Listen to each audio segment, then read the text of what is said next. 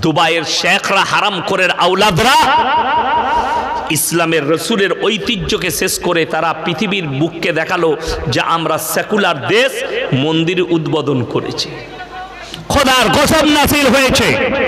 মুফতি তাকি উসমানী বলেছেন, শোনো, আপনারা জানেন না হাদিস আর কোরআন, নবীজি সাল্লাল্লাহু আলাইহি সাল্লামের হাদিস, কিয়ামতের আলামতগুলো শুনে নাও, একটা একটা করে প্রকাশ পাবে। আর আজকে যতগুলো ইসলামে আমরা গবেষণা করছি, কিয়ামতের আলামত প্রকাশ পেতে শুরু করে দিয়েছে। শুনলেন, তার মধ্যে হচ্ছে গাজা আর ইসরায়েলের দুশমনি, গাজা ফিলিস্তিনের আর ইসরায়েলের যুদ্ধ তার একটা চিঙ্গারি, গোটা পৃথিবীতেই চিঙ্গারি ছড়াবে।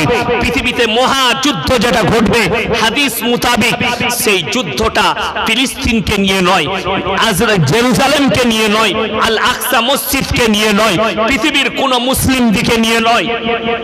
মহাযুদ্ধ যেটা ঘটবে সেটার নাম হচ্ছে ফোরাত নদী। ফোরাত নদীর পানি শুকিয়ে গিয়ে সোনার পাহাড় বের হবে, আর গোটা বিশ্ব জড়িয়ে যাবে সেই পাহাড়কে নিয়ে যুদ্ধে। অর্ধেক দুনিয়া ধ্বংস হবে, পরমাণু যুদ্ধেই পরিণত হবে সেই পাহাড়কে নিয়ে। আপনি কি মনে করছেন যুদ্ধ খালি ওখানেই দাঁড়িয়ে থাকবে? গোটা বিশ্বের দরবারে পৌঁছে যাবে যুদ্ধ, মহাযুদ্ধে পরিণত হবে। হাজার হাজার মুসলমানের, হাজার হাজার মানুষের প্রাণ চলে যাবে। আমার ভাই, আল্লাহর কাছে কাঁদবেন, আল্লাহ আমাদের ঈমানকে মজবুত করে দাও, বলুন আমিন। আপনি ভেবে দেখুন, আমরা ভারতবর্ষে বাস করছি, আমরা সেকুলার দেশে বাস করছি। আপনার কাছে পানি আছে, আপনি পানি পান করছেন। তাদের কাছে পানি নাই, তারা ড্রেনের পানি পান করছে। আল্লাহর পৃথিবীতে যতগুলো আযাব আছে, সব থেকে বড় আযাবের নাম হচ্ছে অভাব। এর থেকে বড় আল্লাহর আযাব আর কিছু নাই দুনিয়াতে, অভাব। পেটের জন্যে মায়ানমারের মুসলমানদের ওপরে যখন হত্যাকাণ্ড চালালো আং সান সুকি সরকার, মায়ানমারের মানুষ, মুসলিমরা, রোহিঙ্গা মুসলিমরা বাংলাদেশে পালিয়ে এসে আশ্রয় শিবিরে আশ্রয় নিল। জানেন, মিডিয়ার সামনে বোরকা পরে মুখ ঢেকে কিছু মা এমন একটা ব্যাখ্যা দিয়েছে তাদের অভিজ্ঞতার, আপনার চোখের পানি ধরে রাখতে পারবেন না। তারা বলছে, হাম লোগ নামাজি হ্যাঁ, আমরা নামাজি, আমরা মুসল্লি, আমরা নামাজ পড়ি 5 ওয়াক্ত, কিন্তু আমার বাচ্চার বুকে খাবার তুলে দিবার জন্য আমার শরীরটাও দিতে হয়েছে, শরীর বিক্রি করতে হয়েছে। গাজার একজনের মা, একটা বাচ্চার মা বলছে, আজ আমাদের কাছে খাবার নেই, যদি আল্লাহ জায়েজ করত মানুষের শরীরের মাংস খাওয়াতে, আমার শরীরের মাংসগুলো কেটে রান্না করে আমার বাচ্চা দিকে খাওয়াতাম। কেঁদে কেঁদে বলছে যে আল্লাহ যদি জায়েজ করত শরীরের মাংস খাওয়া, তো আমি নিজেকে কুরবান করে দিয়ে আমার শরীরের মাংসগুলো কেটে কেটে আমার বাচ্চা দিকে খাওয়াতাম। খাবার নেই, আমার বাচ্চারা কাঁদছে। আর গোটা বিশ্বের মুসলিম চুপচাপ দাঁড়িয়ে আছে।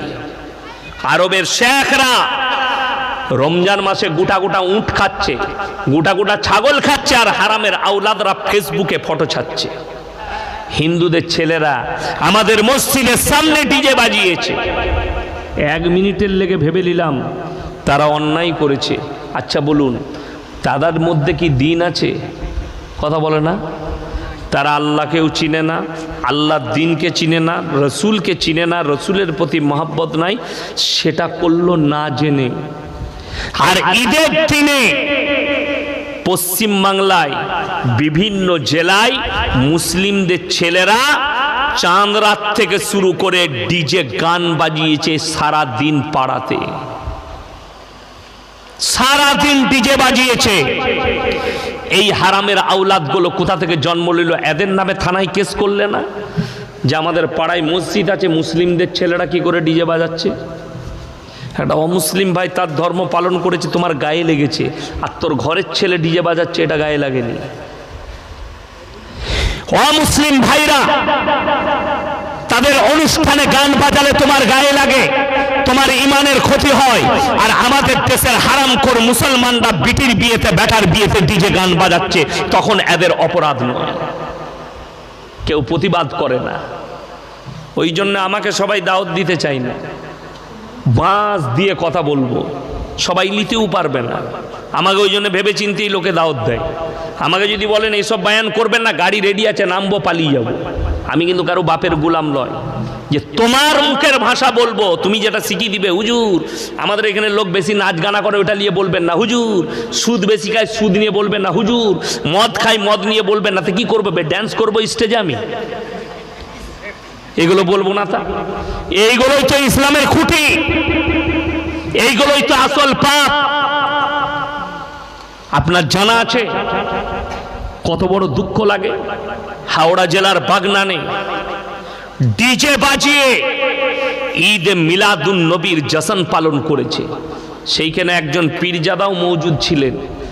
তিনি বলেছেন যে তোমরা যদি এই ধরনের পাপ করবে জানলে আমি এই মজমায় আসতাম না। প্রতিবাদ করেছে, তীব্র প্রতিবাদ। আমি তাকে দোয়া দিই আল্লাহ হায়াত দারাজ করুক, তিনি অন্যায়ের প্রতিবাদ করেছেন। আর আমি বলে যাচ্ছি, লাকি টেনে রেখে দেন আমার কথার উপরে। আমি মারা যেতে পারি, উলামারা মারা যাবে, আমাদের যারা উত্তরসূরি উঠছে তারা দেখতে পাবে চোখেতে।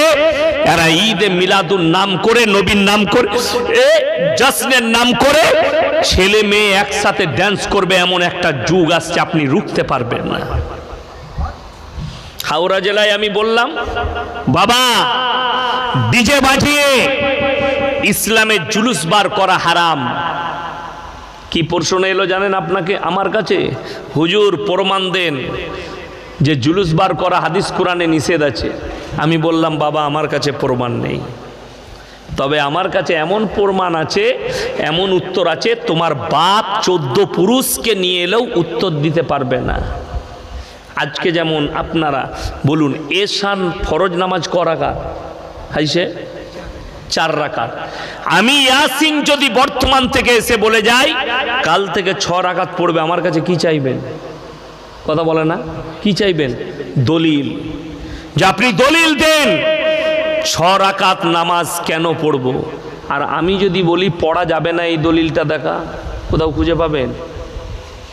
এই যে জায়গায় জলসা করছি, আমি যদি বলি এটা আমার বাপের জায়গা, আমার কাছে কি চাইবেন? কথা বলে না? দলিল। আর আমি যদি বলি দলিল আমি দেখাবো না, দলিল তুই দেখা যে আমার বাপের নয়, তা আমাকে পাগলখানায় ভরবেন না? ভরবেন না? কথা বলে না? পাগল বলবে না? বলবে না লোকে? যে আমি যদি বলি আমার বাপের নয় এরকম একটা দলিল দেখা, তাহলে জায়গা যে বলবে আমার দলিল তাকে দেখাতে হবে। তুমি বলছো ডিজে বাজিয়ে জশ্ন বার করব, দলিল তুই দিবি, আমি দেব না। কথাটা বুঝতে পেরেছেন না পারেননি? তোমাকে দলিল দিতে হবে। ভবিষ্যতে গিয়ে আমি দুঃখের কথা বলে যাচ্ছি, ইউটিউবে রেকর্ডিং হচ্ছে, কাল থেকে ভাসবে বায়ানটা। আমি কেউ কি ভয় করে কথা বলি না। আমার বর্ধমান টাউনের কথা বলছি। এটা যদি মিথ্যা বলে থাকি, আমি তো হঠাৎ বলছি, আমার ড্রাইভার গাড়িতে বসে আছে, জিজ্ঞেস করে আসুন, মনে হয় কামরায় শুয়ে আছে না গাড়িতে বসে, জানি না। 2 বছর আগে আমি মেদিনীপুরের চন্দ্রকোনা টাউন থেকে জলসা করে ফিরছিলাম। তো রাত তখন 1:30-2 বাজবে। বর্ধমানে এই ন্যাশনাল হাইওয়ের ওপরেই আমার গ্রাম। তো বর্ধমানে আমি তেলিপুকুর থেকে হাইওয়ে ধরবো, গাড়ি আটকিয়ে দিল। কি হয়েছে? দূর থেকে দেখতে পাচ্ছি একটা ট্যাঙ্কারে আগুন ধরেছে, অ্যাক্সিডেন্ট হয়ে। পুলিশে বললে এদিকে পুরো জাম আছে, যেতে পারবেন না, ভেতর দিয়ে গিয়ে নবাব হাটে বের হন। আমি বললাম ভেতর দিয়ে গাড়ি ঢুকান। তো আমার রাত জাগা আছে, চোখ লেগে গেছে। এই বেচারা কি করেছে, ড্রাইভার রাস্তা না বুঝতে পারে করজেন গেটের ভেতর দিয়ে, মানে একদম টাউনের ভেতর দিয়ে ঢুকিয়ে দিয়েছে। কিছুদূর গিয়ে গাড়ি স্টপ। কি চলছে? ডিজে আর ড্যান্স চলছে। কারা? মুসলিমদের ছেলে মেয়েরা মদ পান করে ড্যান্স করছে মুহররমের 10 তারিখে। এটা যদি মিথ্যা বলে থাকি, আল্লাহ আমার ওপরে যেন গজব নাজিল করে, আমার এই জুবানটা আল্লাহ বন্ধ করে দেয় যদি মিথ্যা বলে থাকি। আর যদি যাদের মনে হচ্ছে যে বানানো গল্প বলছি, বাপের বেটা হলে 10ই মুহররম দাওয়াত রইল, চলে যাবে, এই বছর আমার মাদ্রাসায় থাকবে, তোমাকে গাড়ি ভাড়া করে আমি বর্ধমান টাউনে নিয়ে এসে দেখাবো এই হারামের আউলাদরা মদ খেয়ে কিভাবে ড্যান্স করছে। অথচ তারা বলছে হাম আশিকে রসুল হ্যায়। আশিকে রসুল কখনো মদ পান করতে পারে? আশিকে রসুল কখনো ড্যান্স করতে পারে? আশিকে রসুল কখনো তারা ছেলে মেয়ে একসাথে ড্যান্স করতে পারে? আমি উঠে বসলাম, টুপিটা লাগালাম, আমরা ভেতরের লাইট জ্বালাও, গাড়িটা এগিয়ে নিয়ে চলো, গাড়ি বার করতে হবে। গেলাম, কিন্তু যাতে মাতাল হলুদ তাল অনেকজনের ঠিক থাকে, 2-3 জন চিনতে পারলে ইয়াসিন সাহেব পার করা, গাড়িটা পার করা। গাড়ির ওপরে পড়ে যাচ্ছে, কোনো রকম আল্লাহর কৃপায় আমার গাড়িটা বার করে দিল। তারপরেও মেয়েরা পড়ছে গাড়ির ওপরে সব মদ খেয়ে, আর তাদের হাতে আছে কলমা লেখা ঝান্ডা। আপনি বলুন, একটা অপবিত্র লোক ওই কালমা লেখা ঝান্ডায় যেখানে আরবি রসুলের নাম লেখা আছে, সেই ঝান্ডা হাতে করে নিয়ে আর হারাম করে আওলাদরা মদ পান করছে, আপনি কাকে গালি দিবেন? দুশ্মন কে আপনি নিজে ভাবুন। আপনাকে হাতে করে গুনিয়ে দেবো, একটা ইসলামের দুশ্মনু ভারতবর্ষে হিন্দু ঘরে পয়দা হয়নি, দাস ঘরে পয়দা হয়নি, দলিতে হয়নি, আদিবাসীতে হয়নি, খ্রিস্টানে হয়নি, যতগুলো হয়েছে সব মুসলমান। একটা অমুসলিম ঘরে দুশ্মন নাই ইসলামের। যদি বলেন গুনান, আঙুলটা ধরেলেন। তসলিমা নাসরিন বাংলাদেশে বাড়ি, ভারতে বাস করছে, এর থেকে বড় রসুলের দুশ্মন কেউ আছে? ভারতে আছে। আর তসলিমা নাসরিন হিন্দু না মুসলিম? কথা বলেন, মুসলিম। চলুন, জাস্টিস ইনায়েতুল্লাহ রসুলের দুশ্মন, আল্লাহর দুশ্মন, কোরআনের দুশ্মন, মুসলমান ঘরে জন্ম নিয়েছে। সালমান রুশদির মতো হারামের আওলাদ মুসলমান ঘরে জন্ম নিয়েছে, রসুলের দুশ্মন, আল্লাহর দুশ্মন। ওয়াসিম রিজভী উত্তরপ্রদেশে সুপ্রিম কোর্টে 26টা কোরআনের আয়াতের ওপরে কেস ঠুকেছিল। এ মুসলমান ঘরের ছেলের কথা বলছি আমি, যতগুলো গুনাচ্ছি। নতুন এক মালের আমদানি হয়েছে, তার নাম হচ্ছে আসাদ নূর। এও বলেছিল, গাল দিচ্ছে প্রতিনিয়ত রসুলকে, আল্লাহকে, মা ফাতেমাতুজ জাহরা রাদিয়াল্লাহু তাআলা আনহাকে গাল দিচ্ছে, প্রতিনিয়ত গালি দিয়ে যাচ্ছে ফেসবুকে আর ইউটিউবে। মুসলমান ঘরের ছেলে, কোনো অমুসলিম ঘরের ছেলে লয়। শুধু তাই নয়, আরো শুনেলেন, তারেক ফতেহি পাকিস্তানের ভারতের ঠাঁই নিয়েছিল। আমি খালি অবাক হয় কিসে জানেন? আমার দুঃখ একটাই, ভারত সরকারের উপরে, কি কেন্দ্র সরকারের উপরে একটা দুঃখ। মকবুল ফিদা হোসেন দেবদেবীদের নগ্ন ছবি আঁকার কারণে তাকে দেশ ছেড়ে চলে যেতে হয়েছে। হিন্দু ভাইদের দেবদেবীর নগ্ন ছবি এঁকেছিল কে? মকবুল ফিদা হোসেন। যদি আমাকে জিজ্ঞেস করেন, বিচারের কাঠগড়ায় চরম অপরাধ করেছে মকবুল ফিদা হোসেন, কারুর ধর্মে ঠেস পৌঁছিয়ে। চলুন এরপরে বলি, যে তসলিমা নাসরিন বাংলাদেশে বাড়ি, প্রতিনিয়ত রসুলকে গাল দিচ্ছে, কোরআনকে গাল দিচ্ছে, আল্লাহকে গালি দিচ্ছে, একে ভারত সরকার ঠাঁই দিয়ে কোলে বস করিয়ে রেখেছে।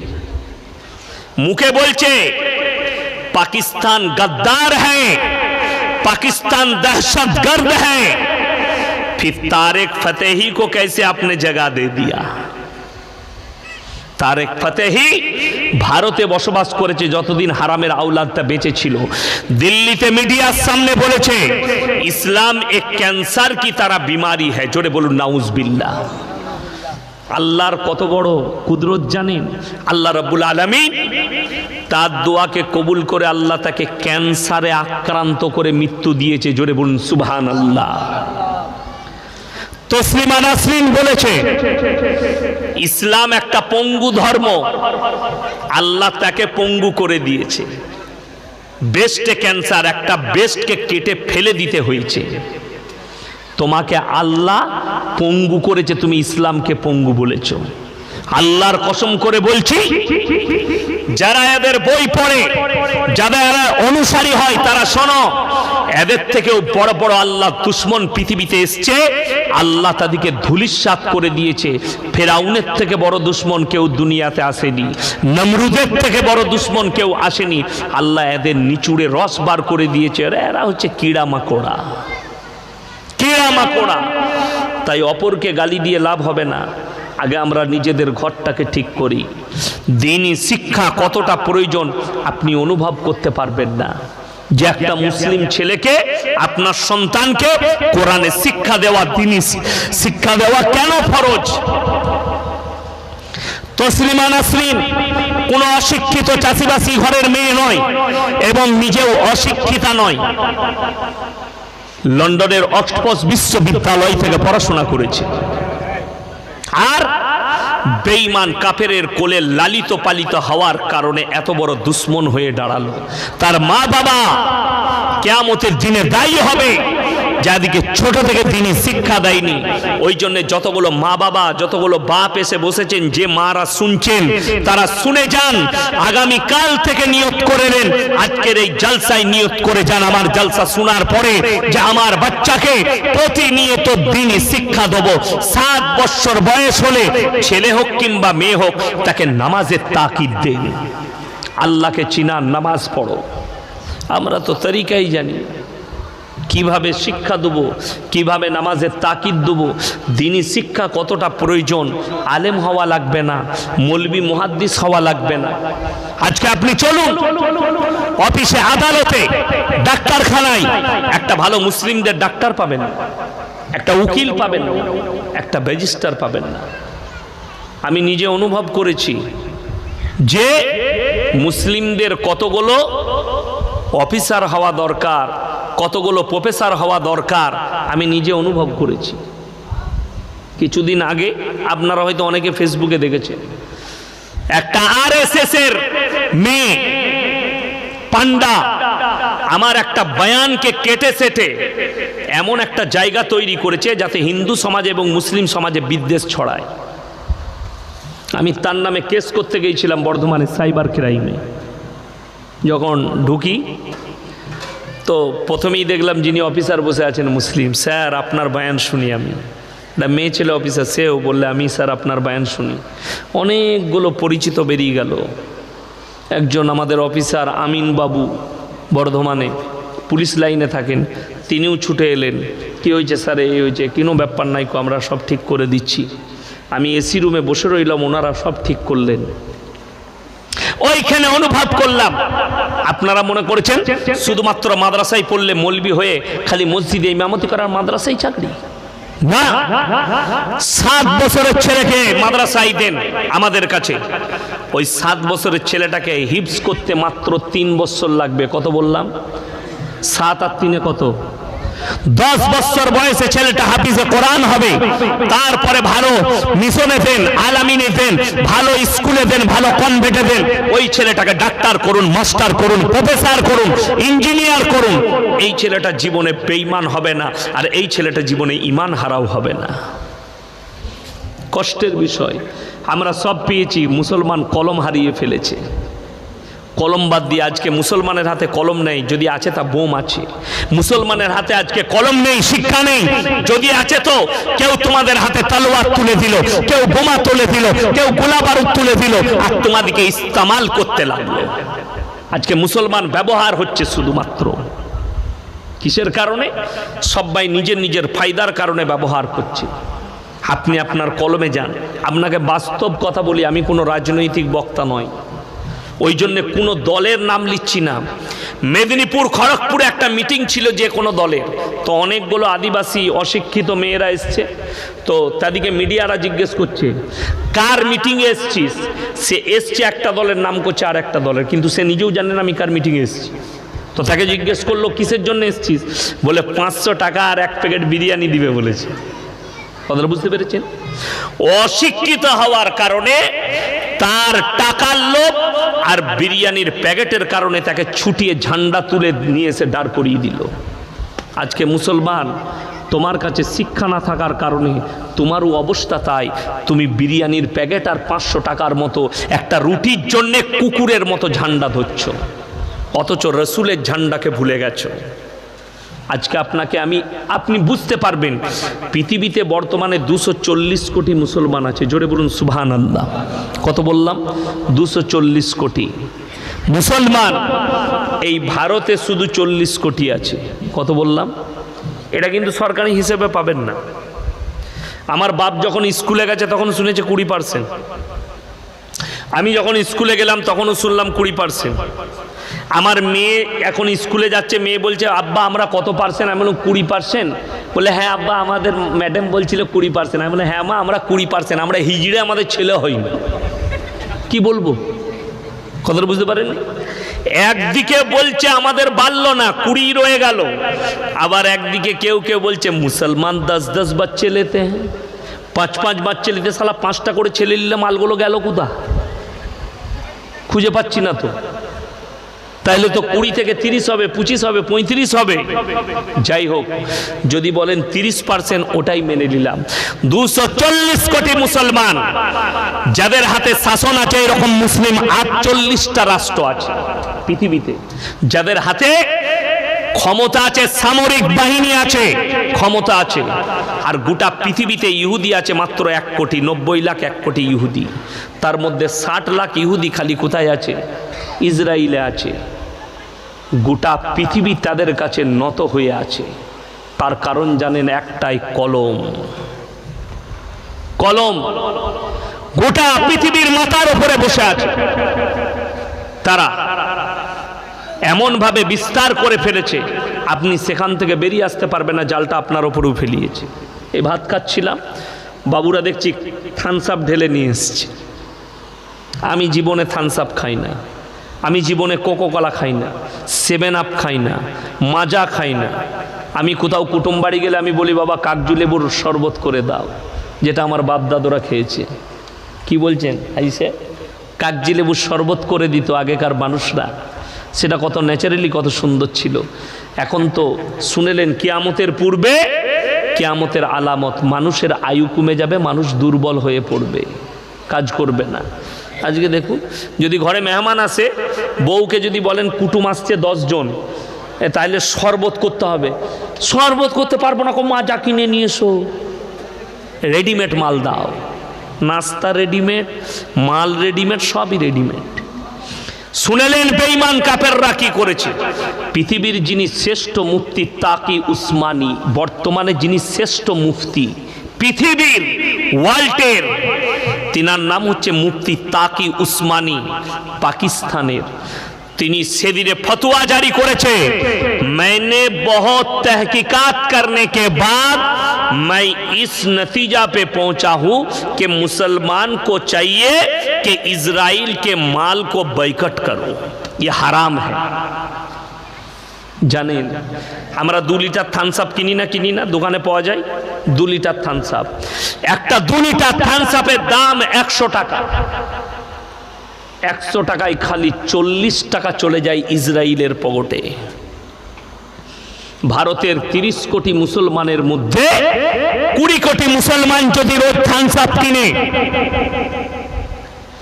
4-20-80 কোটি টাকা প্রত্যেক দিন ইসরায়েলের পকেটে খালি মুসলমানরা ভরে দিচ্ছে এই ভারত থেকে। আর যে টাকাটা ইসলামকে ক্ষতি করার কাজে লাগাচ্ছে তারা। আপনাদের জানা নাই, ইহুদিদের মিশন হচ্ছে পৃথিবী থেকে কোরআন আর ইসলামকে মিটানো, নবীর উম্মতকে মিটানো। কোরআনে আছে মুসলমানের দুশ্মন হচ্ছে ইহুদি আর নাসারা। কোরআনে আছে গায়রিল মাগজুবি আলাইহিম ওয়ালাদ-দাল্লিন।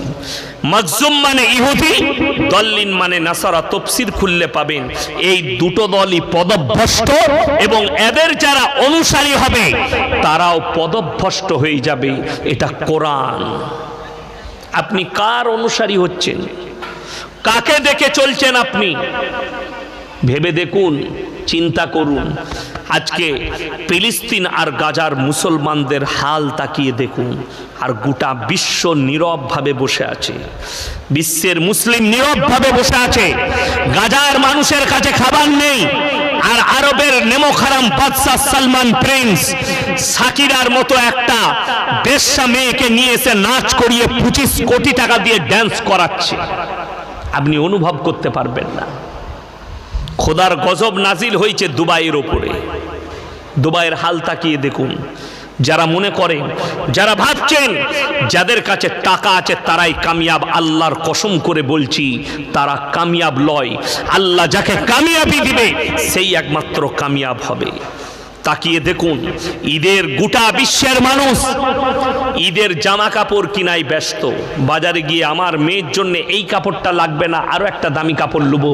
আমার ছেলের জন্য এই জামা নয়, আরো একটা দামি পাঞ্জাবি দাও। 1000 টাকার পাঞ্জাবি হবে না, 1800 টাকার পাঞ্জাবি বার করো। আপনি বেচে বেচে কাপড় কিনছেন, ঘুরে ঘুরে কাপড় কিনছেন, আর গাজা ফিলিস্তিনের মুসলমানরা খুঁজে বেড়াচ্ছে এক টুকরো কাফন পেলে আমার ছেলেটাকে মুড়ে দাফন করতাম।